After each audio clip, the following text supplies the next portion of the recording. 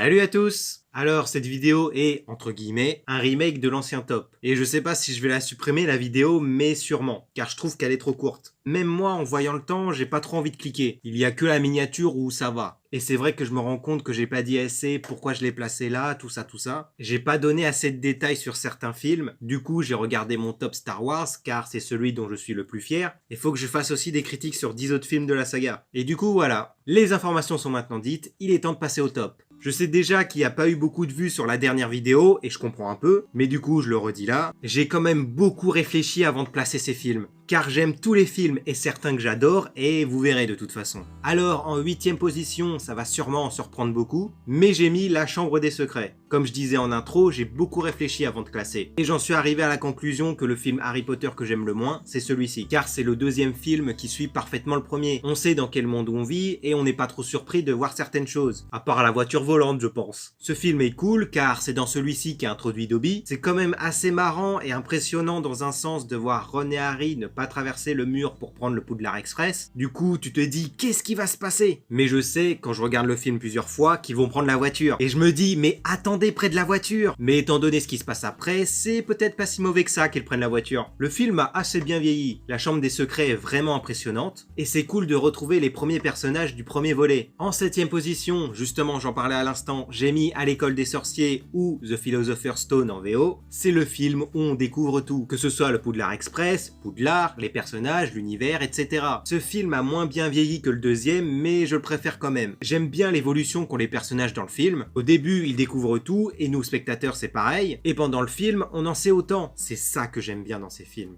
On découvre tout en même temps que les persos. C'est pas la seule saga qui fait ça, je sais, mais bon, elle le fait quand même. On découvre aussi les personnages que l'on va suivre tout au long de cette superbe saga, tous intéressants. Le Quidditch pareil, c'est vraiment bien de découvrir l'univers du premier roman de J.K. Rowling en film. Et on a aussi découvert le thème.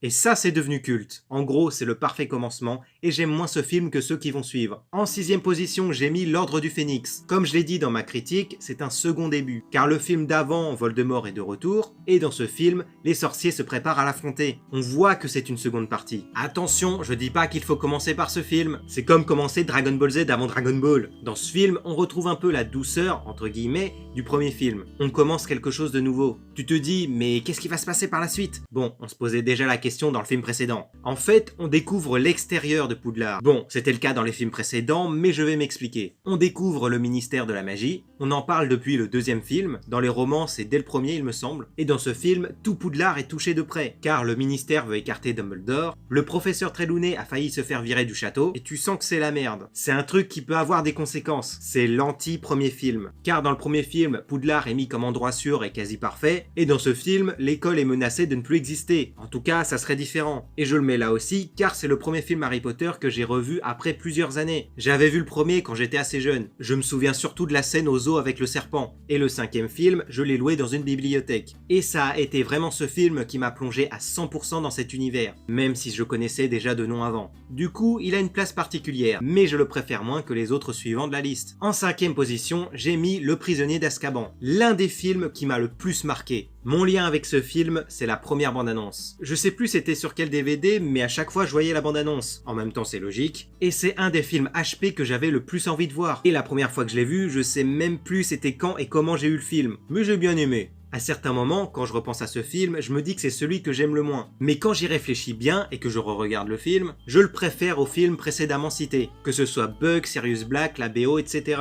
Tout m'a marqué dans ce film. À chaque fois, je suis en tension devant, alors que je sais ce qui va se passer, et je connais la vérité. J'aime vraiment le moment où Harry, Ron et Hermione vont dans la cabane hurlante, par le biais du Solcogneur, et qu'ils rencontrent Sirius Black, et qu'on apprend que le rat de Ron est aussi un animagus comme Sirius. Donc, quand tu revois les deux premiers films, tu te dis on a un partisan de Voldemort près d'eux, ça c'est kiffant. On a aussi la première apparition des détraqueurs, ils m'ont beaucoup marqué eux. Et il y a du voyage dans le temps. Bon, c'est pas du vrai voyage dans le temps, mais j'aime bien quand même. Il y a bien évidemment beaucoup d'autres choses qui m'ont marqué dans ce film, mais si vous voulez plus de détails, la critique est là. En 4e position, j'ai mis le 4e film, La Coupe de Feu. J'aime vraiment la nouveauté de ce film. On a le tournoi des 3 sorciers, j'aime beaucoup les 3 tâches, on a de la tension tout le temps et la BO est géniale. Surtout celle de l'intro, et je crois que c'est la musique d'intro que je préfère.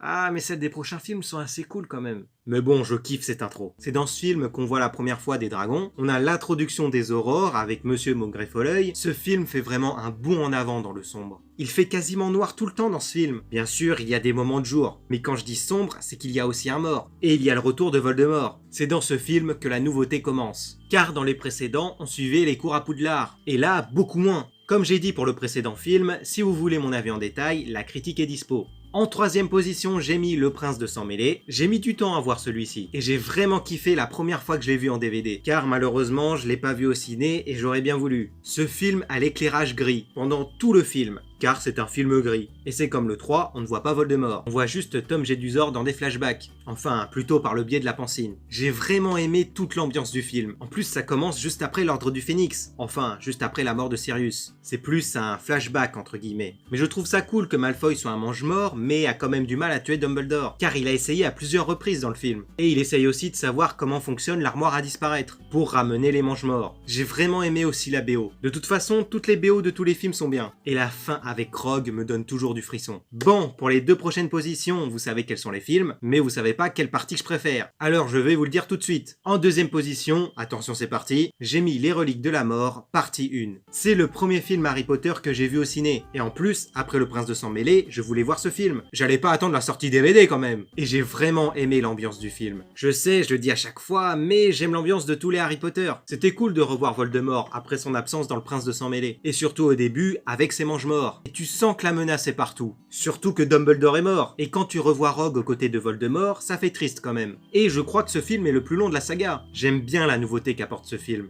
On ne voit pas l'année à Poudlard et on stresse pour les persos, car ils sont plus en sécurité. Et j'aime bien que ce film soit long, il se passe beaucoup de choses. On se fait pas trop chier. Et c'est aussi la première partie du dernier roman. Et du coup, en première position, j'ai mis le final épique, Harry Potter et les Reliques de la Mort, deuxième partie. J'ai vu ce film au cinéma aussi. Et surtout que c'est la suite du film précédent, j'avais hâte. Et j'étais pas déçu. Et je crois que, contrairement aux précédents opus, il est plus court. J'ai vraiment adoré toute la BO du film. Le passé de Rogue, le film qui conclut parfaitement la saga. Je crois que l'on voit tout ce qu'il y a eu dans la saga, en dehors des elfes de maison, mais eux sont présents dans le roman. Mais on ne voit pas non plus les loups-garous. C'est bien dommage. C'est vrai que le final est épique, c'est tellement magnifique. Et ça a très bien vieilli, alors que ça date de 2011. Et il y a aussi du drama. Et ça, c'est parfait pour une fin. J'aime bien l'ellipse aussi.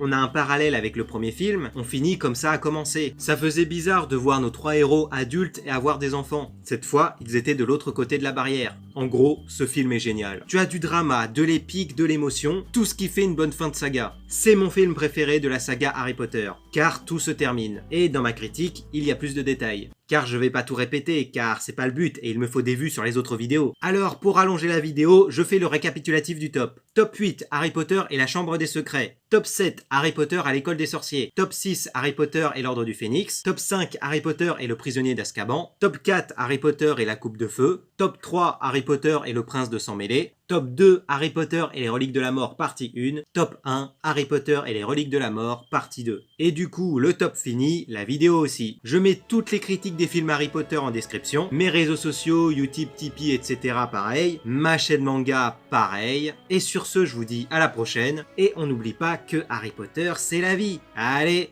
salut!